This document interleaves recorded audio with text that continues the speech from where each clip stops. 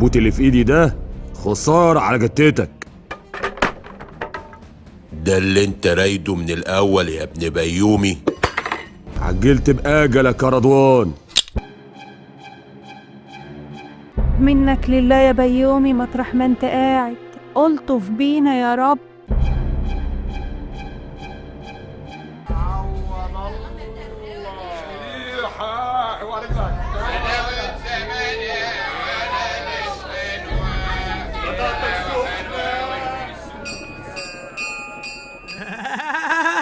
ضربوك يا اخويا يا فتوة العلافيت، سفيت كل التراب لوحدك من الأدوان وضحكت عليا. ما بقاش غير العبيط ده كمان اللي يتمسخر عليا. اكتم ياض بدل ما تشيلك نافوخك ارجعك لعقلك. سقزوق مش عبيط، سقزوق فتوة العلافيت ومحدش يقدر يطلبه. قلتلك اكتم ياض. اجري يلا على فوق، يلا فريقنا. خلي اختك تعمل شاي للرجاله. شايل الهلافيت يا ليلى. شوف ابن الرافة دي وديني لسايح دمك يا رضوان انت وابوك. بصراحة كده يا معلم جلال، من يوم ما اتحبس المعلم بيومي ربنا يفك أسره، ومعاه أبو كف والنمساوي ورجالة بلال شادين حيلهم علينا وكاتبين أنفاسنا خالص. أظن كده بقى هما الفتوات مش إحنا. ايه هو ده قاضي الفتوات؟ يعلموا ايه دول عن الفتوانة والفتوات؟ دول شوية خرفان يتلفوا جار اللي يعلفهم، رب قوتهم ورزقهم. مفهومش واحد يموت لاجل التاني. انما احنا اسود الشقة، والشقاوة سكتنا واكل عيشنا. ما يحركناش غير قلبنا الميت ودراعنا العافي. ملناش حاكم ولا سيد، الكل عبيد قصاد نبوت الفتوة. يا سلام، أهو كده الاستعاذ ولا بلاش يا جدعان. معلم ابن معلم. ده مش كلام انا ده كلام معلمك ومعلمي بيومي العترة. وديني لو سابوني على رضوان ده راجل لراجل لكله حي. قال ايه اللي مخلي القرود تتنطط؟ على اصل السبع متربط. لكن معلش، بكره السبع يعود وكل قرد يلزم شجرته. الله يمسيك بالخير يا معلم بيومي، مطرح ما انت قاعد ربنا يجيبها معاك زينة يا معلم.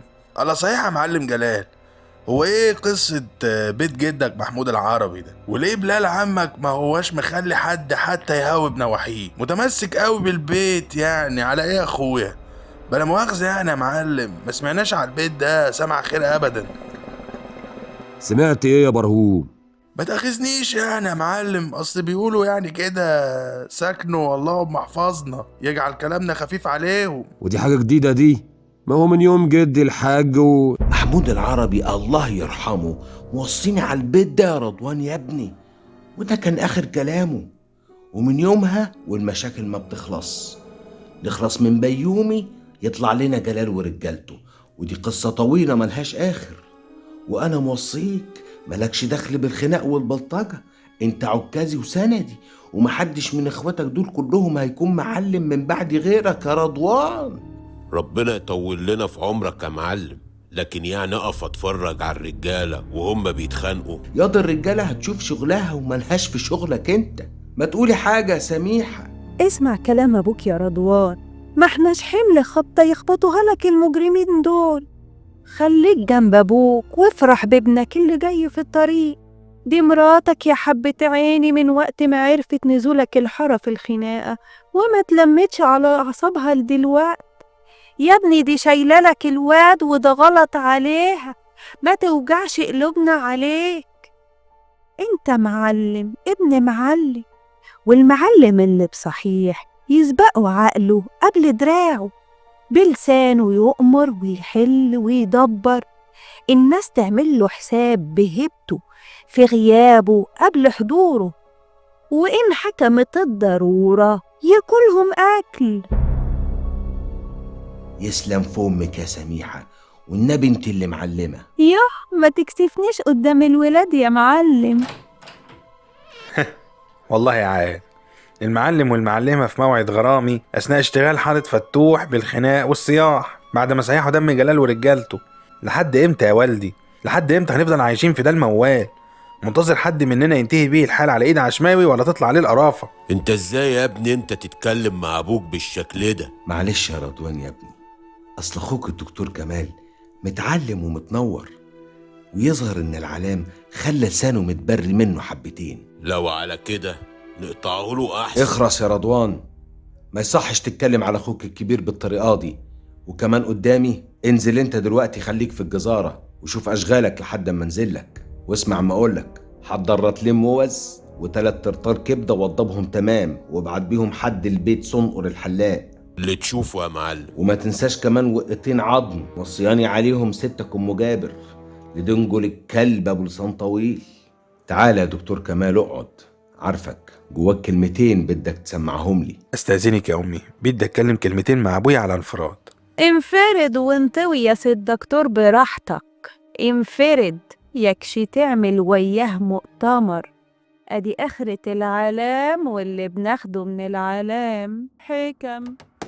مرتاح كده يا دكتور ولا تحب نطلع على الأوبرج؟ ما تأخذنيش على انفعالي أرجوك، لكن يا والدي طال الكلام بينا في نفس الموضوع، البيت اللي عامل مشاكل بينا وكل يوم والتاني خناق في الحارة. عمك ورجالته هم اللي طول عمرهم بيتطاولوا وبيبدأوا بالمشاكل. عمي بيطالب بحقه في ورث جدي، هو برضو ابنه زيك تمام، وحضرتك اللي مصر ومانع حد يقرب من البيت. والغريب انه موجود كده مش بيتحرك ولا في حد بيستفاد منه بشيء. والصراعات دي لابد تنتهي ومش هيتكتب لها نهاية ابدا اذا كان الوضع كما هو عليه. بيومي مسيره يخرج من سجنه، ووقتها المشاكل هتزيد مش هتنقص يا معلم بلال. وانا قلت لك مليون مرة يا دكتور، لو انطبقت السماء على الارض لا ممكن ابدا افرط في البيت ده ولا اخون وصية العربي الكبير مهما حصل. مش تخبط قبل ما تهجم انت راخر. عايز ايه يا نبيل؟ انا اسف يا معلم، بس انا ما خدتش مصروفي اليومي النهارده. مصروفك؟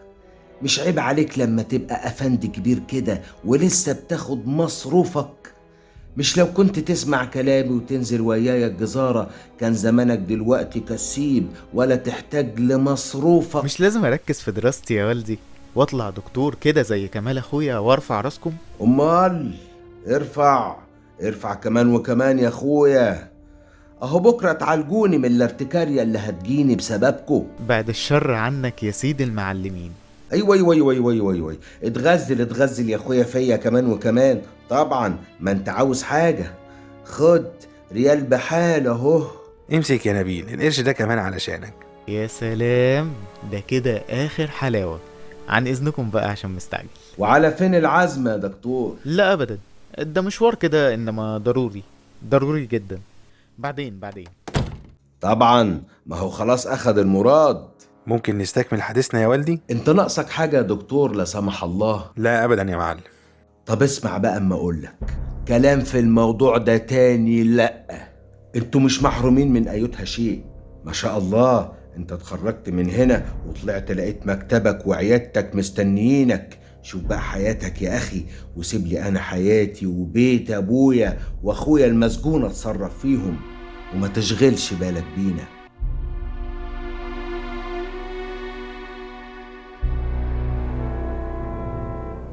كفاية بقى حكاوي عن العفاريت. أنا جدتي بتتلبش، بلاها دي سيرة. الله، هو الواد زقزوق فين ده كله؟ زقزوق انت ده زقزوق. اخويا فتوة العلافيت، عاوز ايه مني؟ ده اعمل فيك ايه اكتر من اللي عامله ربنا فيك؟ اقطع لك لسانك ده. فين الشاي؟ زقزوق صرب الشاي. شفطت 6 كوبايات لوحدك يا مسعور. اختك فين تعمل غيرهم؟ ليلى نسلت وكان في ايديها استنجاز يا سنابيل. مش كفاية سينابيل دي بقى يا ليلى؟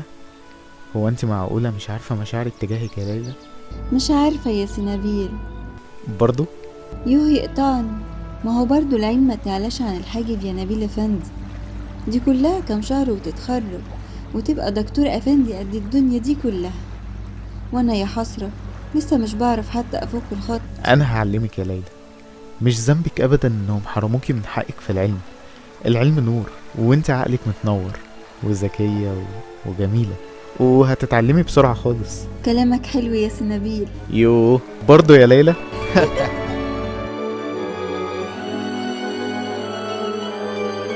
ليلى انا بدي افهم ازاي كل ده بتملى قسط الجاز؟ ما هي مش بتملى قسط الجاز اصلا، في جاز هنا عندنا كتير يا جلال، صحيح أخدته وياها لكن هي في الحقيقة، تعالى الله عشان محدش يسمعنا، هي في الحقيقة راحت تقابل نبيل أخو رضوان اللي ضربك، لكنها مش قايلة لحد.